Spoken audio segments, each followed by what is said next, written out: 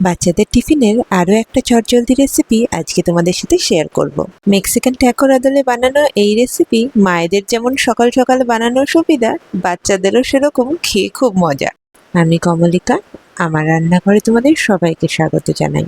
এর জন্য 1 কাপ আটার মধ্যে কিছুটা নুন দিয়ে ভালো করে একটা সফট ডো বানিয়ে রেখেছি, ঠিক যেরকম রুটির জন্য বানাও। এটা বানিয়ে 5 মিনিট রেস্টে রেখে দিয়ে বাকি সবজিটা কেটে নেব। এখানে সবজির মধ্যে পেঁয়াজ, ক্যাপসিকাম আর গাজর নিয়েছি। তোমরা চাইলে এখানে বাঁধাকপি, লেটুস মানে স্যালাডে যে সবজিগুলো দেয় সেগুলো সবই দিতে পারো। এখানে সবকিছু ভালো মতো ছোট ছোট করে দেখো কুচিয়ে আমি রেখে দিচ্ছি। এর সাথে নিয়েছি কিছুটা পনিরগুলোকে এখানে আমি খুবই ছোট ছোট কিউবে কেটে নিচ্ছি।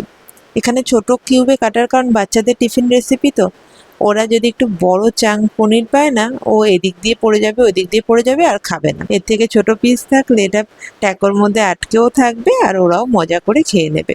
এবার একটা প্যানের মধ্যে কিছুটা বাটার ভালো মতো গলিয়ে নিয়েছি।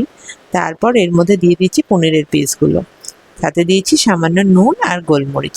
এবার এটাকে একটু লালচে হওয়া পর্যন্ত ভেজে নেব। ভাজা হয়ে গেলে এগুলো তুলে রেখে দিয়েছি, আর একটা বড় পাত্রের মধ্যে যে সবজিগুলো কেটে রেখেছিলাম সেইগুলো নিয়ে নিয়েছি। সাথেই নিয়েছি একটা আলু সেদ্ধ। এটা ঠান্ডা হয়ে ঠান্ডা আলু সেদ্ধ হলেই ভালো হয়, সেই জন্য আমি আগের দিন করে রেখে দিয়েছি। সাথে নিলাম ভেজে রাখা পনির, কিছুটা সুইট কর্ন, নুন, গোলমরিচ, আর নিয়েছিলাম কিছুটা চিলি ফ্লেক্স আর অরিগানো। চাইলে তোমরা পিৎজা মিক্স, সার্ভ এইসবও দিতে পারো, কোনো অসুবিধা নেই। এবার সব কিছু ভালো করে মিশিয়ে নিয়েছি। এবার যে আটাটা মেখে রেখেছিলাম ওটা দিয়ে 4টে ছোট ছোট পাতলা রুটি করে নিয়েছি। যতটা পাতলা পারবে করে নিও।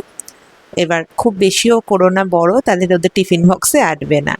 এইগুলোকে ভালো করে সেকে তুলে রেখে দিয়েছি। এবার এর একটা পিঠে ভালো করে টমেটো কেচাপ লাগিয়ে নিয়েছি। টমেটো কেচাপের মধ্যে চাইলে তোমরা পিৎজা সস থাকলে সেটাও দিতে পারো। এর মধ্যে ওই সবজিটা যেটা মিশিয়ে রেখে দিলাম পনির দিয়ে সেইটা, আর কিছুটা চিজটা খুব দরকারি, কারণ ওটা দিয়েই এটা আটকে থাকবে। এইভাবে বাকি রুটিগুলোও রেডি করে নিলাম আর ভালো করে ভাঁজ করে আটকে নিলাম। এইবার সব কটা রুটির একটা পিঠে বাটার লাগিয়ে নিয়েছি। একটু ভালো করেই বাটারটা লাগিয়ে নিও। এবার এই একটা তাওয়া গরম করে যেই দিকে বাটার আছে সেই পিঠটা সেঁকতে বসিয়ে দিয়েছি, আর উল্টো পিঠেও বাটার লাগিয়ে নিয়েছি। এবার বাটার লাগানোর জন্য এটা কিন্তু বেশ কড়া করে ভাজা হয়।